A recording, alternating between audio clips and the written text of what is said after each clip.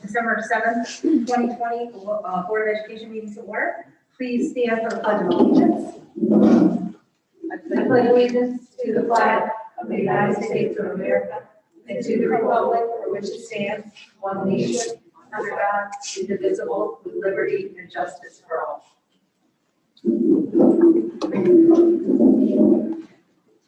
At this time, I'll call a public portion of the meeting. If anyone would like to address the board, please come up to the microphone. Okay, just state your name and address, please. I can speak as long as like we heard. I think you'd be okay with it, Okay.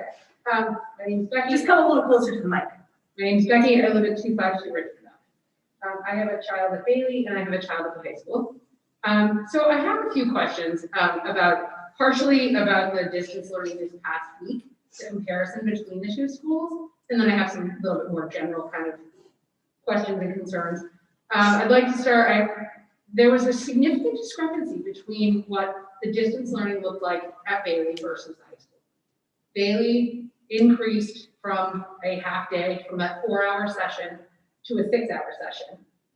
And at least the team that my son is on, they had about 90% live classes. The students were engaged.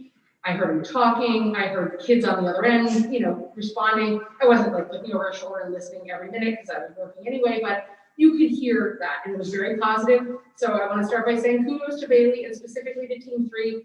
I think you told me Team 3. I have to check my notes. Team 3 it is. They did really well, and I hope that continues if they go back to distance learning. Unfortunately, I don't feel like the high school quite looked the same. Not only was it this past week, but the 7 distance learning days that followed that Election Day Veterans Day. They remained at a 4-hour session, which I didn't understand because everyone was distant, so there was no juggling. And at least this past week, but I think it was probably about the same, was about, I think I'm being fair in saying about 60% live. He was done by 11:45 every day. And some of the classes weren't really live at all. Some were occasionally live and shortened. And I didn't hear that same level of engagement.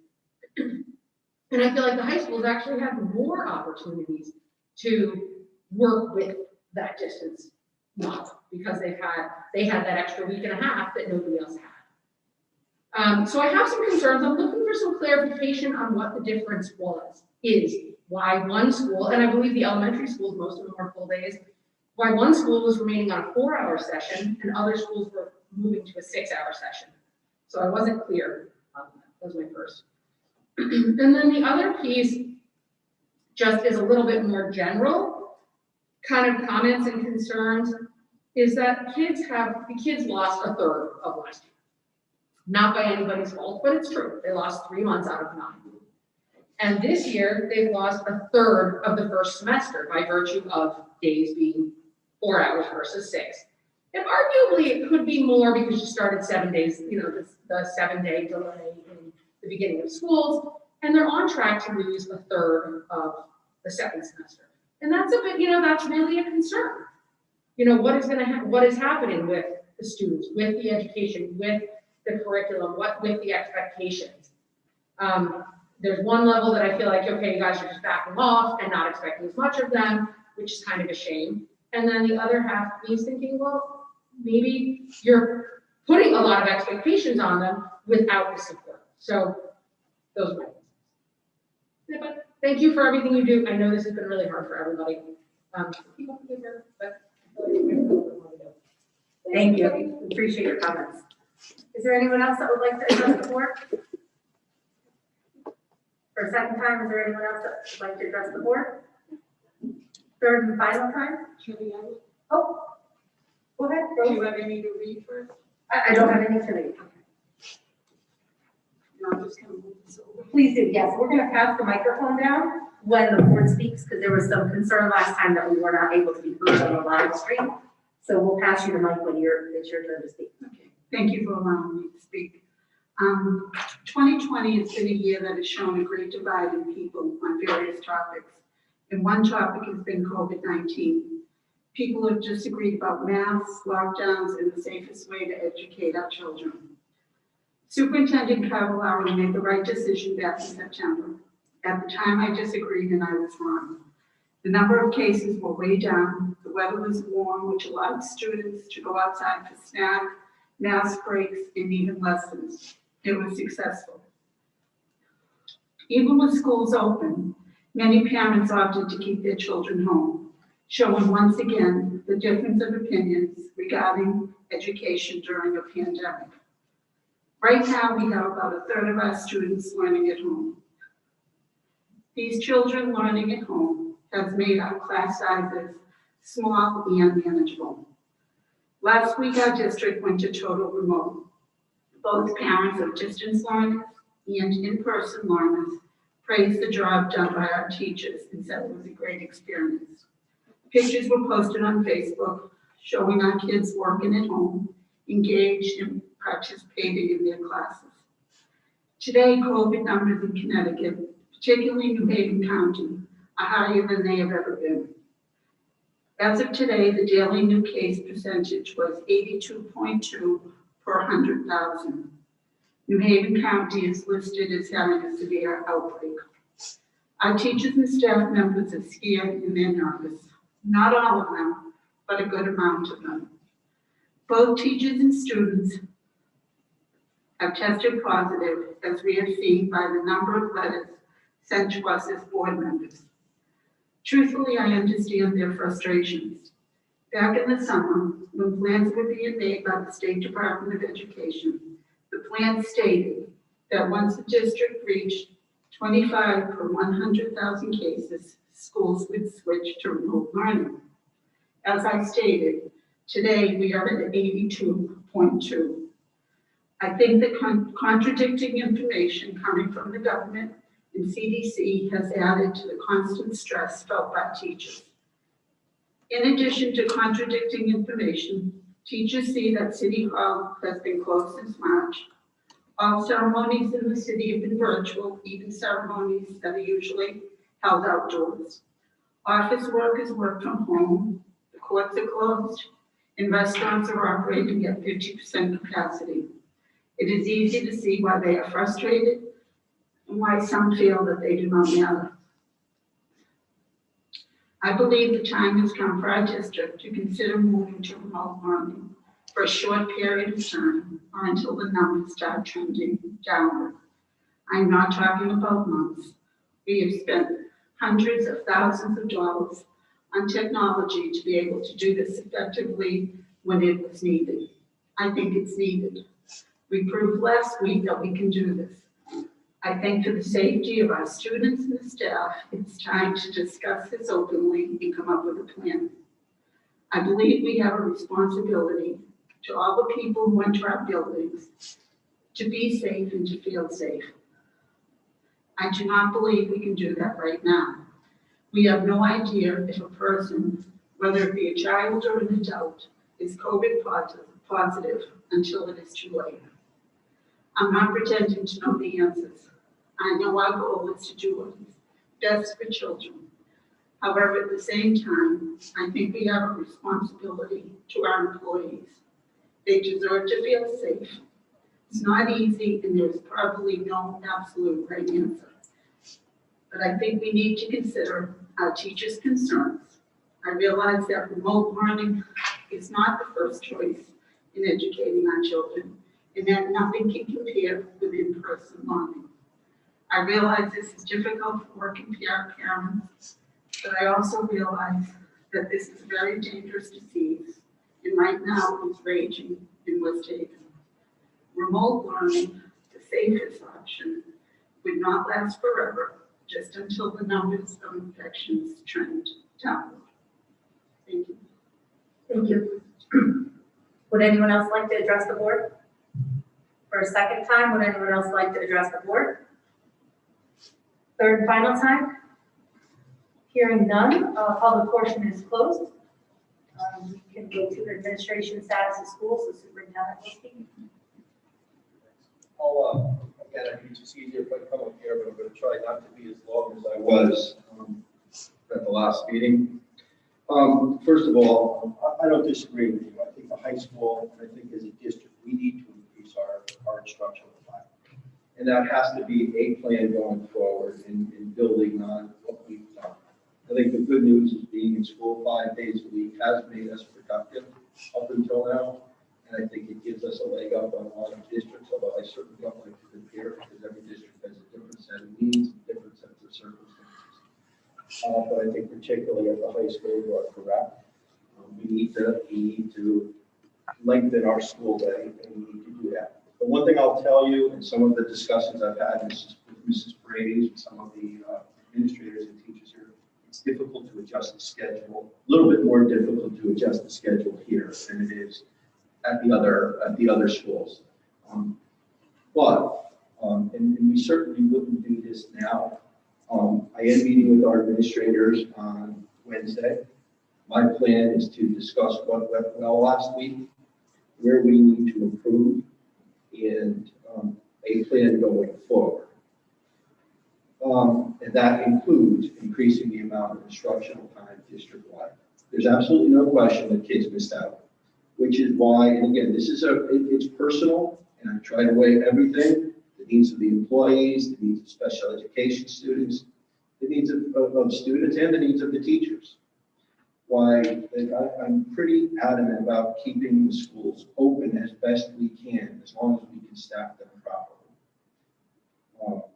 And as of today, we're able to do that. I think the week that we took for distance learning, which was very productive, and Lena's got a small presentation that she's going to show you about some of the feedback and comments that we got. It went really well. We're certainly better than we were in March, but we've got a long way to go.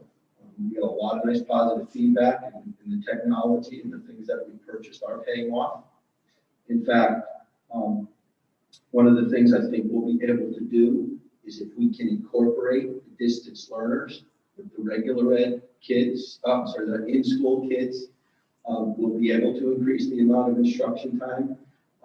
The challenge is right now, frankly, and I'll be the first to concede to this, is that teachers, it's hard to do two jobs. It's hard to manage classroom, and it's hard to manage the kids after school. But I think with the successes we had last week, we can build on those successes because even though everybody was at home, they were live. And, they were live for the most part instruction, so that it's going to be a little bit of a challenge. If you ask me, we certainly need more teaching staff to do it right. But I think we can do it adequately with what we have today and with the support staff that we have. In fact, I got when I was showing Rose before the meeting, we have many teachers, as I told you, will be happening in mid-November, have returned from child-rearing leave. We have made accommodations for teachers even last week with regards to child care issues so that we can staff the building properly and educate the kids properly. But there's no question that we have to get back to the minimum number of instructional hours for a school year. I think we're poised to do that based on the successes we had, particularly at West David High School, where the kids have missed out. I want to make a couple of statements without again going through the whole plan like I did at the last meeting because I think I spoke too long. First of all, we sent out today the newsletter from the Department of Health, which some of you may have seen. The key part of that was page 3, because we got a lot of questions about and concerns about reducing the number of quarantine days after an exposure. You can see it very clearly on page 3. We're not, until the Department of Health from Connecticut recommends that and changes an addendum or changes a directive, we're not going to follow that. We're not taking any chances. We're erring on the side of caution. The easy thing would be to say, the quicker we can get people back to school and back to work, the better. But obviously, until there's official change in the rules, we're not going to do that. I got some news, and I think this is a good one because, again, I wouldn't change the plan that we're doing right now as long as we stay in school. Although if we did have to go to distance learning, I agree. I'm going to try to push for longer days, more that resemble a regular school day. I want to target that Martin Luther King Day, which is when a lot of districts who are out on distance learning are coming back. And I think that makes sense because from what I'm hearing, it was a city department head meeting last week, and Maureen Lewis, our health director, and Joe Soto, who's the head of the emergency management center, made it clear that Board of Education employees are not going to be the first tier, but we're going to be like tier 1B of a vaccination, which I think is a positive thing. That should help us, get more back to normal. So I feel like that's a good thing. And, again, shortly, which is right around when that second market period ends, we'll still maybe be able to get back to a normal school year for at least half a year.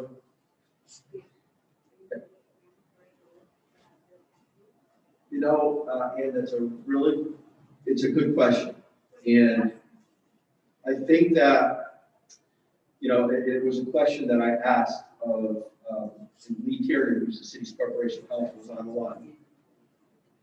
So if we could just wait until Neil's done, because then we can pass the mic. You know what, though? Because we couldn't hear the question down the other end, so Oh. my question was, that's okay, it's just because of, So let me usually it's fine, Well, let me answer this one. I'll repeat the question and then I'll Thank you. try to answer it. just so everyone. So can hear Ian you. asked a question that I actually asked. Can we make it, or what happens if people choose not to take the vaccination? Well, you can, there's a lot of things. And again, Lee is not the board's attorney, but Lee is the city attorney. We work closely, and he's going to deal with this with the city employees. You can say if you don't take the vaccine, you can't come to work. If you can't come to work, we could get into that we're not paying you, although people have sick days to burn out. Now, remember this too, there's a lot of rules that are in place for COVID, childcare, COVID days, quarantine days. Maybe once the vaccine gets out or comes out, those kinds of days go by the wayside. It'd be hard to mandate a vaccine for anybody, but there could be consequences if you don't take them. We haven't got that far, but at some point, if the vaccine is proven safe, if it's approved, we mandate vaccines for kids, we mandate vaccines for adults. I know, again, most of you know my wife works at the hospital. I know at some point they're going to mandate it for their employees. Kevin, you know better than I do I about. just had to get my mandated flu vaccine on Yeah, Saturday. so- we haven't got that far ahead. I'm hoping most people will say because it's safe, we'll take it. But I'm going to guess there's going to be a handful that aren't going to, and we'll have to confront that, and see where it goes. But again, the short answer is, there could be consequences for not taking it.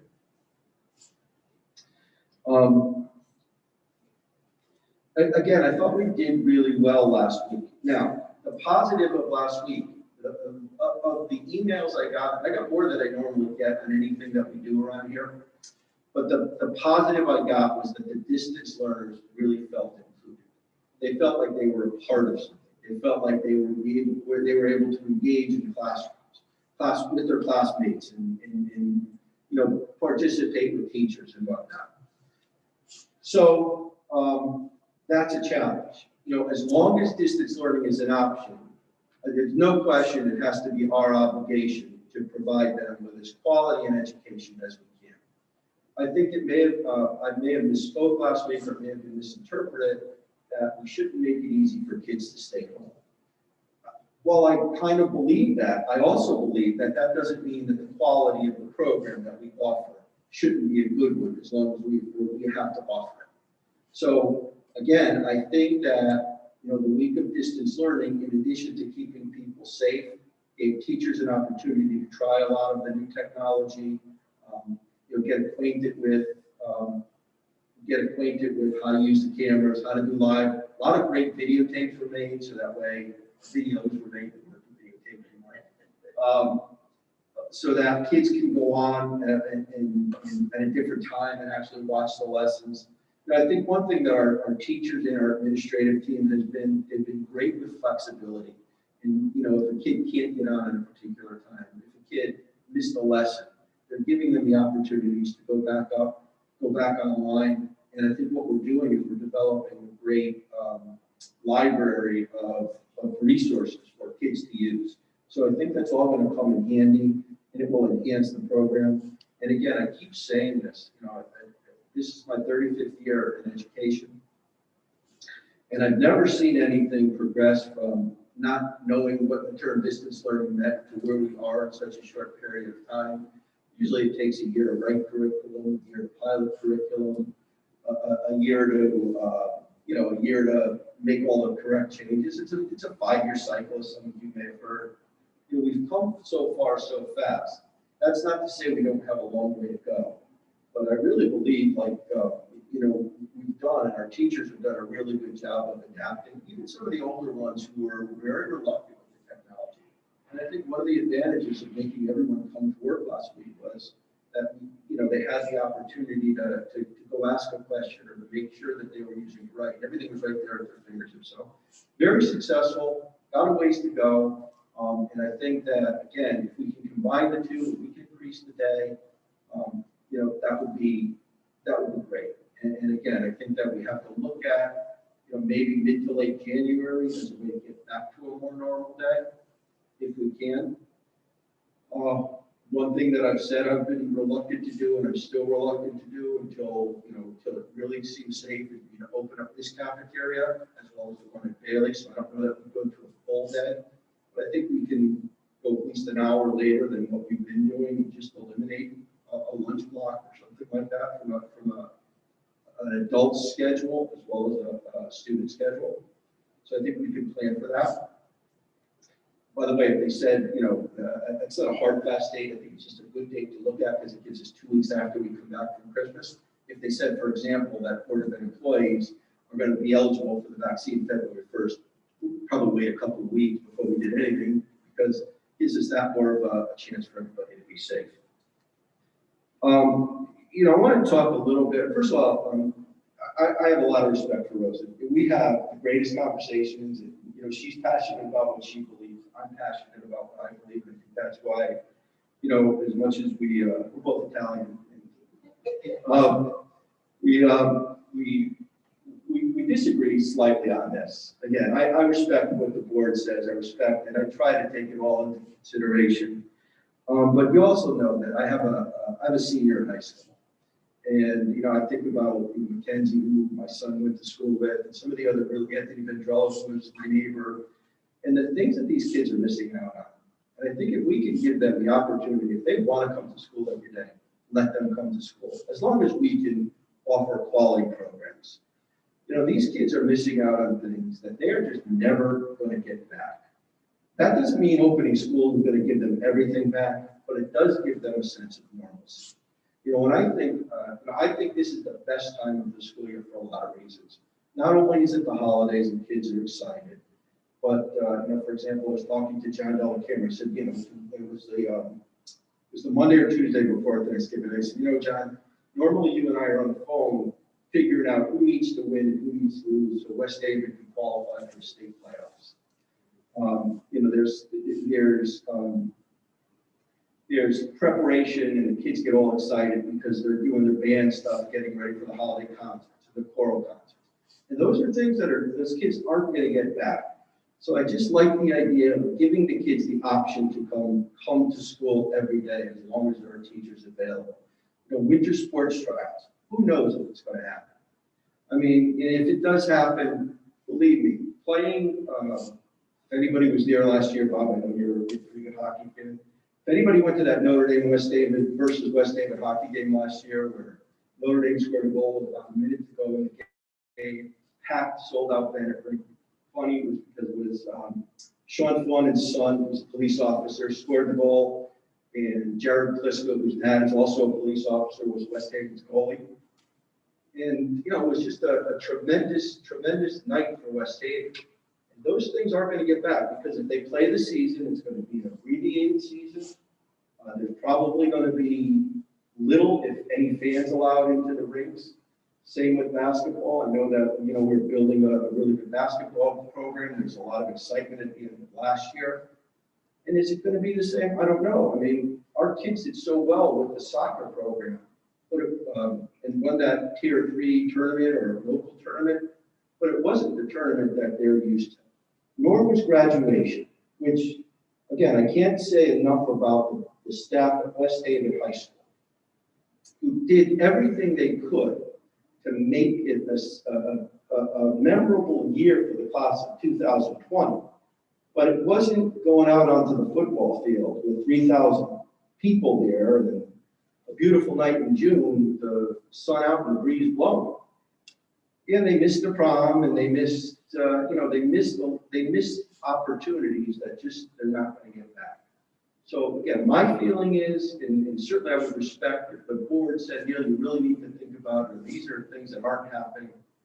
But, keep in mind that kids are only juniors in high school once, they're only seniors in high school once. Most of them want to come to school.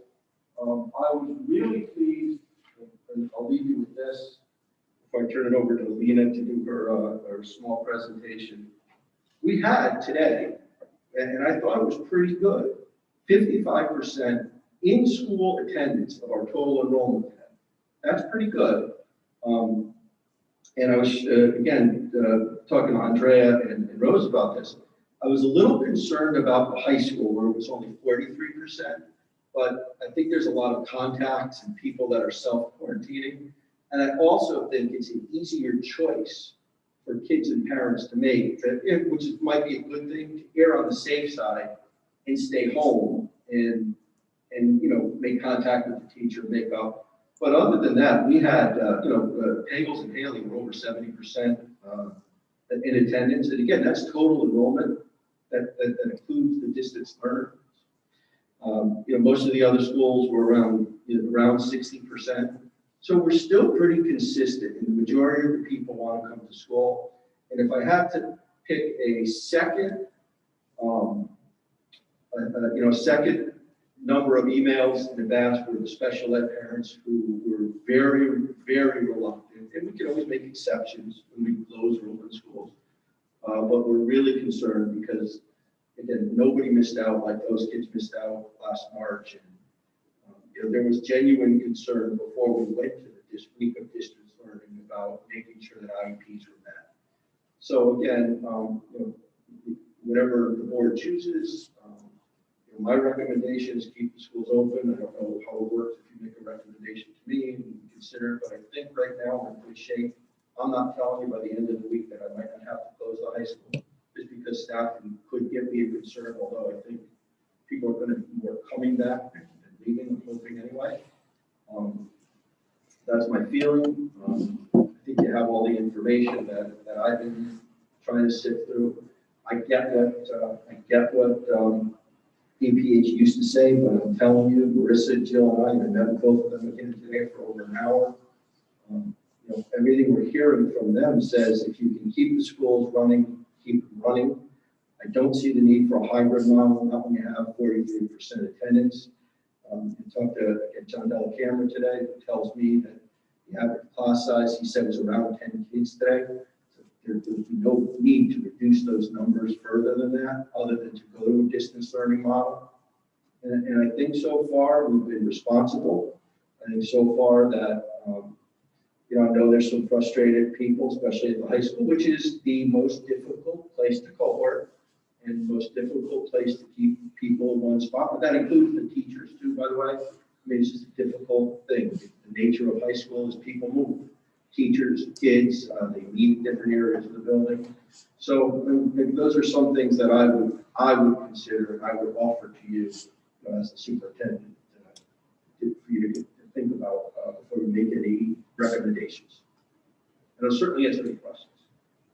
Rose, I'm sorry. Please make no mistake, I'm not saying for one period of time. Was had to, I don't know how you speak all day, but I had trouble catching my breath while I was speaking. I'm not advocating for it to be a one period of time at all. I think that you've done great in keeping the schools open, and I was totally wrong. I said that, but I think with the numbers the way they are, it's just, and with Christmas coming, I think it's something that should be more considered. That's the first thing. I'm in no way, manner, shape, or form advocating for a long period of time. You talk about the kids missing stuff, and it's true, and I feel horrible about there's no way they couldn't have missed it last year. I mean, it was a global. It's nobody's fault, and I didn't mean for it to come up. No, I know, and I didn't take that, but I mean, I do feel bad for the children. I mean, this is something that happened 100 years ago and happening now, and it's very difficult to deal with, and I get that. The other thing I just wanted to ask you keep saying we have a long way to go with distance learning and, you know, regarding the curriculum, but I don't even, do you see after we, you know, the pandemic and the vaccination comes about, you won't even really use distance learning? You know, I wonder, I wonder about that, only because, you know, it's, you know, I'm hoping, I think as you were alluding to, that we'd like more direction and more of a statewide general plan, and I think that's what's missing right now, frankly. I hope that's the case, Rose. I hope somebody says, you know, and I don't think it's going to happen this school, but beginning next school year, you know, kids need to go back to school and attendance record, you know, needs to be kept, and, you know, but I don't know what's going to happen. You know, now that, and again, I don't know what's going to happen, but, you know, now that we've given everybody a device, that we've been able to provide high-speed internet, that it becomes easier to do that, that it does in some cases, maybe in urban settings where the class sizes are larger, maybe it still makes sense. I don't know. I hope, I'm like you, I hope that that's the case. Yeah, I mean, I as a teacher hope it doesn't continue. Oh, I just think there's so much more to a well-rounded education, a public school education, by kids coming to school. I would be surprised if that it would be not an option for, in certain situations, from someone whose job was 8 to 4:30, Monday through Friday in their office building, and now our office building is being sold. I work for Yale Health System. I work in the IT department as a nurse. We are supporting 6 hospitals virtually. We're doing our entire job virtually. These options, I think, are going to be, or should be, made available for students on homebound or students who are hospitalized with long-term illnesses that are perhaps, such as like transplant kids that once they get better, but they have to stay in the hospital. I can see this being utilized in those instances, as well as Milford High School, Ford High School offers a Mandarin Chinese class that we don't hear, or we offer you know, some advanced engineering class that another district doesn't offer. I can see those situations utilizing a distance learning module for kids that they may be in school, but they report to, you know, a distance learning lab where they're able to take classes in other districts. We've actually had those discussions with ACES and said, you know, look, if you were to do it, maybe they hire the teachers, we pay a percentage of the salary based on the number of kids, or we get so many slots. That's a great example of how I think, you know, we'd be able to give our kids more than what we're currently giving them. If that's the case, I'm all for it. Also, kids who normally are on homebound that want to be in school, you know, for health reasons. They break their leg, they can't be in school for 3 weeks. You know, never mind, you know, long term, but, you know, just for a short term. Even if they can listen and be part of the classroom, they can't physically do some of the things. It's there. I think, like anything else, you make the most of it and you take the positive and you try to develop the good and utilize it when you can. It's a great point. We're not going to not have anything. But yeah, We always have something. to your point, I don't think it's But like a general. I also think that when you're a public school system, you offer a program and you say, here's the program we offer. You know, if you don't like it, there are private school options. There's a lot of online learning educational places that are opening up now. You know, that becomes an option for you and your family. I do think at some point, the city of West Haven Board of Education says, here's our curriculum, here's our plan, and, you know, we welcome everybody and try to have something for everybody. But I think you're right. I think there are going to be examples where, you know, it may be a great tool for us to use down the road.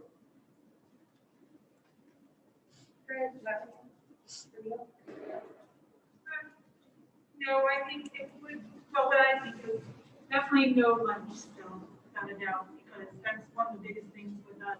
We can't eat with basically anyone at the hospital or anything like that, the social distancing at lunchtime, and that seems to be the time when people's masks are off and people are touching everything, so that's definitely, I don't think we're going to be implementing lunch back into this, it would not work at all. And I just keep imploring the hand washing and the social distancing as much as possible, but, you know, I work in a hospital, I work in ultrasound, and our hospital is supposed to be COVID free. But people get through the system. And last week, we scanned a bunch of patients that were positive. We didn't know about it until after 2 weeks ago. We didn't know about it until after that. But we all wore our masks, we all had gloves on, and we all washed our hands, and thankfully, we were all good. So there are, you just have to be so conscientious. You really. You know, Andrea, you bring up a really good point.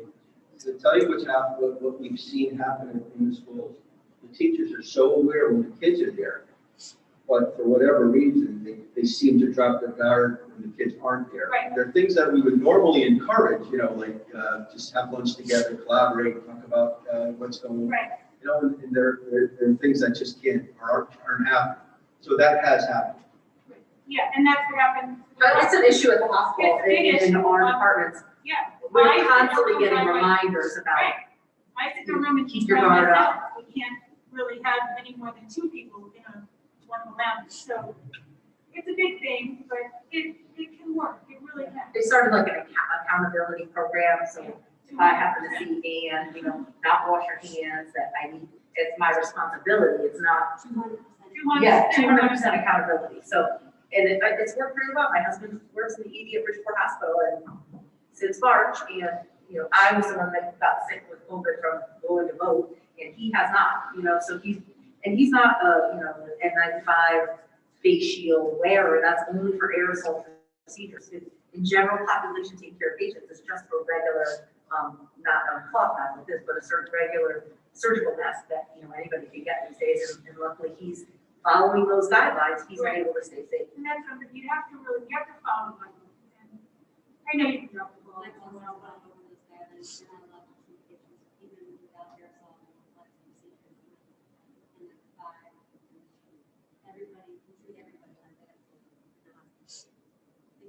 Makes sense. Many people that have had negative test results 4 times in a row, and then they're good testing and they're positive. Yeah. So we, in our department, we are treating a patient with our shield.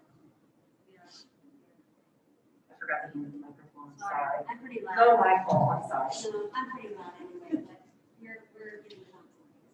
And, I mean, I hate to say that, the kids are gonna miss out on their school year, but, I mean. our It's, hospital- believe me, I didn't mean to, I hope I was a guilt trip by anybody, it's no one's fault. It really No, I still, of course, we all feel bad. We all are devastated for their loss, I mean, this is their shining moments. This is when they should have the best time of their lives. But we want them to be alive. Absolutely. We wanted our preliminary, we thought our preliminary COVID numbers were gonna be in the 75 or 55. We're over 150 right now in just one hospital. Our ICU is full again.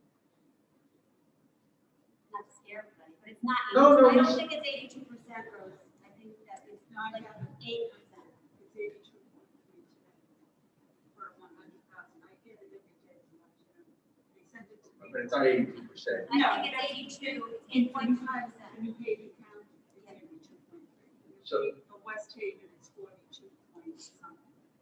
But I have it right here on my phone. It's sent to me too. I'll show it to you. Did you have anything else? So why don't I'm sorry, Jim. I just want to say a few words. Thank you, Neil, for your presentation tonight. First of all, I was glad to say that you decided to close the schools this last week. I was in support of that, and I think we all want to see in-person learning. There's no question about that. But last week, they had distance learning, as you said, and it went very, very well. Very, very well. My concern is that the numbers right now are still spiking. They're going higher at this point. I was just concerned why you chose to open the schools up this week. And I agree with, Board Member Rose Russo. She's not saying to close the schools permanently, but she's certainly saying to, see what these numbers go down, instead of keep on going up. And, I don't have any, numbers as a board member, how many teachers are out, how many powers are out, how many secretaries are out, how many kids are, have the COVID. I mean, I'm quite concerned. I said, I don't want to, I want to see the children back in schools as possible. I want to see them have the sports, have the arts, and everything like that. But at the same token, the number one concern for me is health and safety of our staff and students. And I just feel that opening schools right now is just too premature. And I would like to see it at least through the first of the year, And I said, there's nothing better than in-person learning, but it's nothing worse than someone getting sick or someone dying. And, as I said, I agree with you, we're not gonna get this back, and that's no fault of anyone. And I understand it, you understand it, everybody's going to understand it. But, I think we really need to put the brakes on and really reevaluate, just open up so quickly again. I mean, I think it said last meeting, Thanksgiving, people get together and stuff like that. Well, we don't know what this COVID takes about a week or 10 days, to find out, if people get it when they, got together with the family members. But as I said, science doesn't lie. The numbers are going higher and higher and higher. And I'm just totally concerned that, we're moving in the bad direction right now by having the in-person learning. And I just, I respect you as a superintendent, but I think it's great that this decision in the schools at this particular time. Thank you.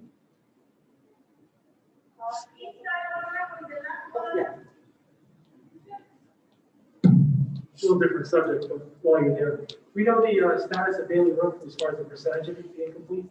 Yeah, Bob, the reason I know is because we put in for our first reimbursement. I think they're about 65 to 70% done. We had some conversation with the state, they want us to put it into payments, and so we should be putting in for a payment now when it's complete. And that was the number I received.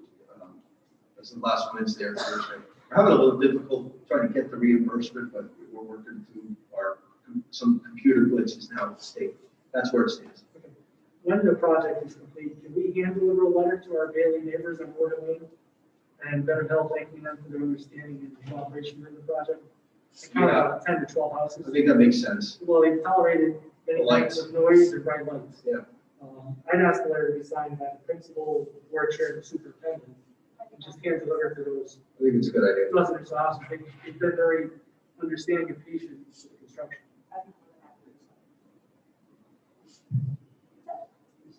One more thing. I just wanted to give a shout out to, I live near Bailey, middle school right there. And I will say last week, I go by there every day about 6:30, 6:45, and the parking lot was full. Teachers got there earlier than they normally do. They knew they had to do distance learning and stuff like that. So I know they stepped up to the plate. And I'm sure every school, its teaching staff did the same thing. For that, I just want to say thank you for the teaching staff and our employees. They did a great job, and they should be recognized for that. Jimmy, I could agree with you more. They really they exceeded my expectations. They really worked hard. They took the professional development seriously, and many of them tried things that they never did before. They enjoyed it. I think they liked it once they had the opportunity to try it. Lena, did you want to? If there's any more questions, I'll certainly answer them. But again, this is a flavor. Some of you, again, I know you follow the social media, but we wanted to give you an idea of the kinds of comments we got last week.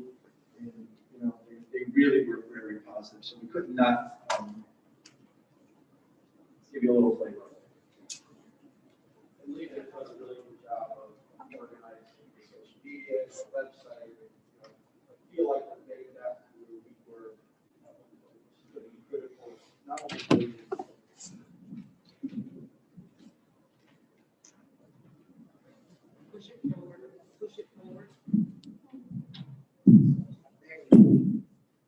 Thank you. All right, yeah, so as Superintendent Neal was saying, the responses we got were very successful. And so it was great to see parents feel comfortable reaching out on social media and letting us know how distance learning was going. So distance learning can be challenging. However, this past week, teachers and students really made it look effortless. Specifically, morning meetings were very important. Here you have Annabella on a morning meeting with her kindergarten class from McCrill, Dawson McGordy and Donna Lockery, both from Pagos Elementary School. These youngsters enjoyed this part of their mornings, and it showed. Morning meetings are important for students to build and strengthen their connections and relationship skills. They learn to communicate, listen, cooperate with others, and form rewarding relationships with teachers and peers. Now, although all students were on distance learning, these meetings continue to be a norm for promoting a positive school culture. Here you see Edward from Pagos during his morning meeting with Ms. Macy's class. And students were participating in educational fun. You have Austin Bernard and Mrs. Hayden's kindergarten class from Savin Rock proudly showing off his stuffed animal and show and tell. Then you see Namar from Pagos. His kindergarten teacher was doing morning circle and read aloud. Look how engaged she looks. And the third image is Santino and Mrs. Means' class of Seth Haley. His mom communicated to us how happy he was and how thankful for how natural the distance learning experience came this week. He's shown engaging in his favorite program, Lexia. And sometimes it was busy and immersive. Here's Xander from Mrs. Gilbert's second grade class and Charlotte from Mrs. Farley's first grade class. Xander is actively participating in his music class, while Charlotte puts her best foot forward in gym class. This is such an awesome shot of these two South Haley students in action. As you can tell, there is not a dull moment in this household. Yet one thing is for sure, we have come a long way and parents appreciate it. And it was great to see parents reach out on Facebook and tell us how great the experience was. I provided everyone with slides, so you're more than welcome to read these on your own. And then we asked parents on Instagram how distance learning was going. Every school got a shout out. Harrigan and McCrill did amazing with my kids. And most importantly, this was much better than what was offered before. We also asked students, and students felt comfortable reaching out. One student said, "It is going really well. I think I'm really enjoying it, and I'm getting used to it." It came off effortless. They enjoyed all the classes, and one student elaborated that it was a great week. Parents gave a shout out to our teachers, and I want to shout out all the schools. I received an overwhelming amount of shout outs, over 100, so I couldn't post all of them, but it was great to see all the different schools, the teachers, and as the weekend went by, I received even more shout outs. Students too gave out shout outs to some of their teachers. They specifically said they liked the Google Meets, they liked the live groups, they liked being able to engage with their students. And I wanted to read an email from a parent. A parent reached out to us and said, "I just want to thank you and your teachers for all that you are doing. My son has been on distance learning, and it was great to see him so engaged today and excited to see his teachers. Once again, I want to thank the whole Carrigan community for everything they have done to help our children succeed in this current environment." Some students have even taken the time to show their appreciation with creativity. This mask was made by Olivia Riley in 5th grade at Carrigan Intermediate School. She wanted to make her homeroom teacher a special festive mask. With the help of her mother, they made it into a craft project. Her mother says she has such a big heart. Olivia loves being at Carrigan and really enjoys being part of this community. Teachers are continuing to connect and make distance learning a conversation. And although it did go well, parents and students have been excited to get back to in-person learning. And students and parents reached out about wanting to come back. Here on Facebook you have, "That's great, the kids need it."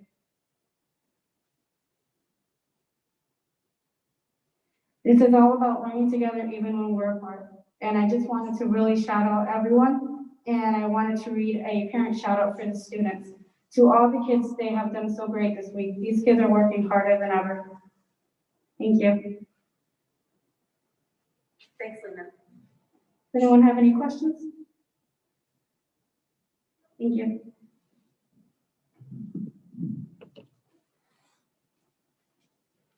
We do not have any student reps with us tonight, so we'll skip forward to board reports, and I'll start down, with you, Jim, if you have anything else?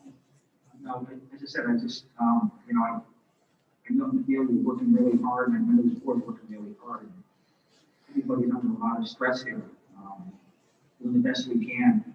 As I said, I just, felt my own personal opinion.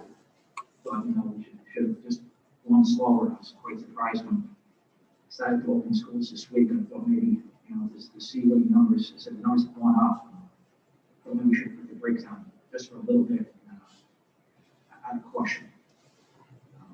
So as I said, listen, everybody's working hard, and, we have to work together. I fully understand that, but I said at the end of the day, just me personally, my personal opinion is that, the staff and the students, safety of them is the most important thing as far as I'm concerned. I'm sure everybody else will feel that way too. Thank you.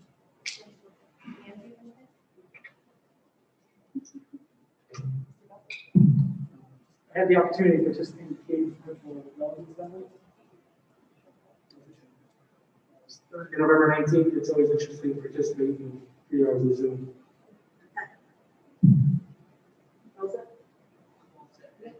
Patrick, if you have anything else, you could pass the microphone down to Patrick.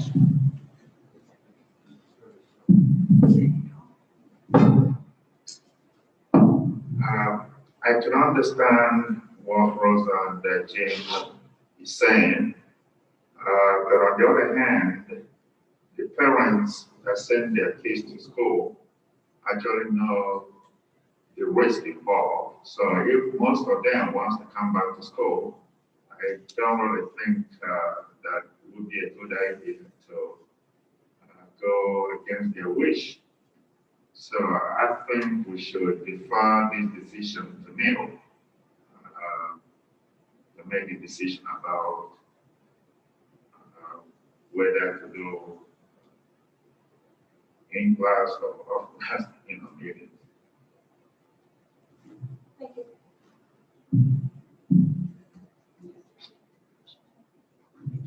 There's wipes too on the table if you want to look them down. We'll have our masks on. I just want to clarify because, remember Heffernan thought I had said that it was 82.3%, and that wasn't what I was saying. It's 82.2 per 100,000. The percentage is 11 point something. So I just want to make it clear, I was not advocating that that was the case. But that is still a really high number. And the number that was given when they made the plan in the summer was 25 per 100,000. So we are 3 times over that amount.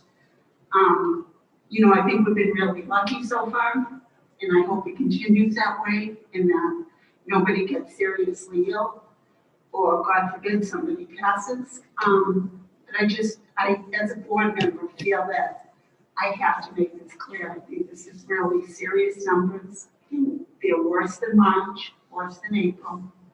And I just think we need to keep it in mind. And I do thank Superintendent Cavallaro because he still takes my calls and listens to me every week. I think it's important to have multiple perspectives on every issue. So And he's always very good about it, so thank you, Neil. Joanne? No, I'm all set, thank you. I just have a couple things I just wanted to read. A thank you note that I got from Anne in regards to the flowers we give her for her retirement. She says, dear board members, I cannot thank you enough for the beautiful flowers. They're being well taken care of and make me smile from ear to ear as I think of each and every one of you. I have especially enjoyed working with all of you. You have supported me. I have my reading glasses on, sorry. You have supported me as well as our teachers, and I know the teachers will continue to receive this unconditional support. Take care, and I'm sure our paths will cross again following Anne. So we will sincerely miss her. I'm sorry I was not able to come to the last board meeting, but I was in quarantine myself. I think it's a tightrope walk for Neil, in my opinion, on staying open versus going to remote learning. I'm not sure about all of you, but I get multiple emails. I've gotten a couple from teachers expressing their concerns, and I completely understand. However, I've probably gotten just as many, if not more, from parents who are even more concerned about the mental health and the academic health of their kids switching to distance learning. So I certainly don't envy the decision that is Neil's responsibility to make, and I appreciate that. Usually I call him at least every day and probably give him a differing opinion on where I stand on this issue every other day. I think it will be interesting to find out if we had any school transmission rate information available. I'm not sure if Marissa is capturing that data, but it would be interesting to me to find out if in fact there were some school contact tracing that indicated there was some transmission at school. And also, what does the State Board of Education say about keeping schools open versus closing? I don't think I was on the last, I think it was last week was the last live video stream. I don't think I was on that one, but I don't know if you know off the top of your head, Neil, or maybe you could provide information later on about that. I think that would be interesting to the reasoning behind staying open versus closing.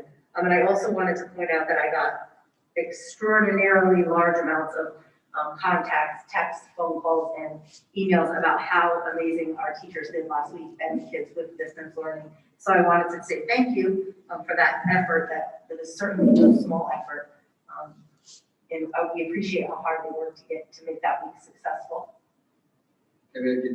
I'll try to answer both questions. The first one is we've seen little, if no, evidence of any transmission in the schools. And that's not to say kids who go to school don't pass it outside of school to others. But you know, that's the honest answer. And let's hope that trend continues. You know, there is a spike and there are more people getting it. That's not a secret. So could it happen? It certainly could. But as of now, we've seen no transmission of the virus as a result of being in school. The other thing I can tell you is that, you know, I get what everybody said at the beginning. I got what the indicators were in the summer when they claimed that they started making to go back to school or reopen plan in March. But I can tell you, you know, once a week, I think the next one is December 9th at 5 o'clock, the health department, along with the State Department of Education, who works together on this, has said that if we can keep the schools open, keep them open, they are the safest places for kids to be, and they have not seen statewide the transition. They also, you know, bring out mental health issues and the other things. Again, that's not to say that, you know, we don't have some discretion here, but I want everyone here to know that we don't make the decisions in isolation. We do it talking to, you know, first call this morning, for example, was call Dana. How's your staff? Can you staff the building properly? So what's it look like? Who's going to be out? When are people coming back? I have those conversations all the time. Met with, again, Jill and Marissa, who, you know, I apologize. Every time I see them, I apologize to them for giving them and putting them in the line of fire. You know, they are first line of defense. Both of them are so professional with their answers, with the diligence with which they do the contact tracing, with the rules that they follow. You want to talk about patience. Those two have a tremendous amount of patience. And again, it's the same kind of thing. What are we, you know, can we staff this building? Are we seeing the spread in the schools? You know, I was a little concerned about, you know, the number of staff out today, but, you know, also people, I think, when we do the contact tracing, there's an abundance of caution on the part of the people who are answering the questions, and they opt to say, well, you know, I could have been within 6 feet or more than, so, you know, right then and there, we are on the side of caution, and they quarantine or they self-quarantine, and believe me, we don't, you know, we haven't argued with anybody who said, you know, we don't think you're telling the truth, or that, you know, you should consider coming in. We're not going to reduce the number of days, as I said, and we talked about that. We didn't think that was a good thing until the Department of Health from the state reduced the number of days of close contact in the positive test. We wouldn't do that. So, again, my feeling is, let's keep them open. That's not to say Wednesday, you don't get an email from me saying, look, I just can't staff West Haven High School and it's not worth keeping it open. We're going to go to distance learning. I think the other thing that I wanted, one of my goals, and I talked to our administrative team about this as well as Jill and Marissa, is that I always want to try to give 24 hours so that teachers can prep the kids and make sure they have what they need if you have to go to a distance learning plan. So that's something that we also keep in mind. Right now, I'm pretty good shape. I thought we would be, and I thought it might get worse as the week goes on. That remains to be seen. If it does, we will adjust. We may be closing one school, maybe more than one school, or we might be able to keep the schools open. And that's the goal, but again, we're not going to do anything, at least in my mind, or while I'm here, and I'm sure, again, knowing the principles we have and the people that we have helping me make the decisions, we're always going to err on the side of caution and make responsible decisions. Thank you, I appreciate that. Next on the agenda, we have approval of minutes D1A. Can I get a motion for the minutes to be approved? Second, all in favor? Any opposed? Any discussion? I'm going to abstain since I was not here. Motion passes. We have no resignations. We have 2 new hires. I'd like to do all inclusive D3 20-92 and 20-93. Make that motion. Thanks, Rosa. Second, Patrick. Did I just, I just want to talk about those 2 positions.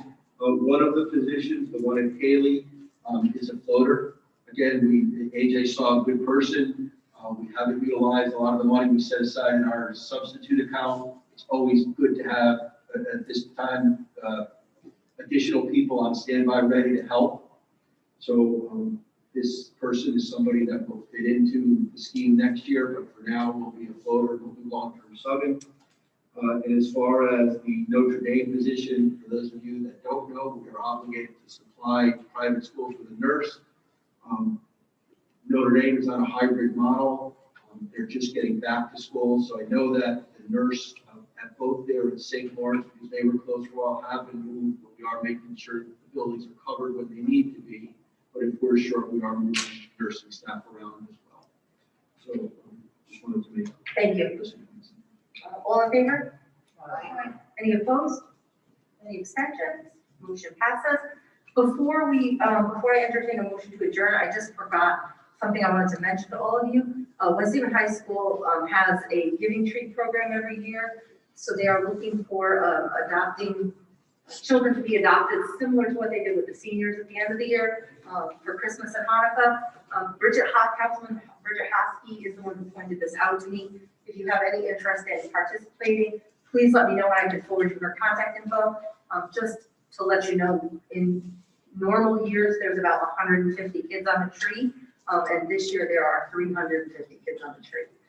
So I think Howell Mahosky is sponsoring a couple of kids, and so she passed them on to me to share with you guys as well as my friends on the Seahawks organization. So if you're interested in doing that, they'll give you contact information about for the child's generic, no names, but it will be like lists of their wants and their sizes and their needs, and then the gifts need to be dropped off by 12/19.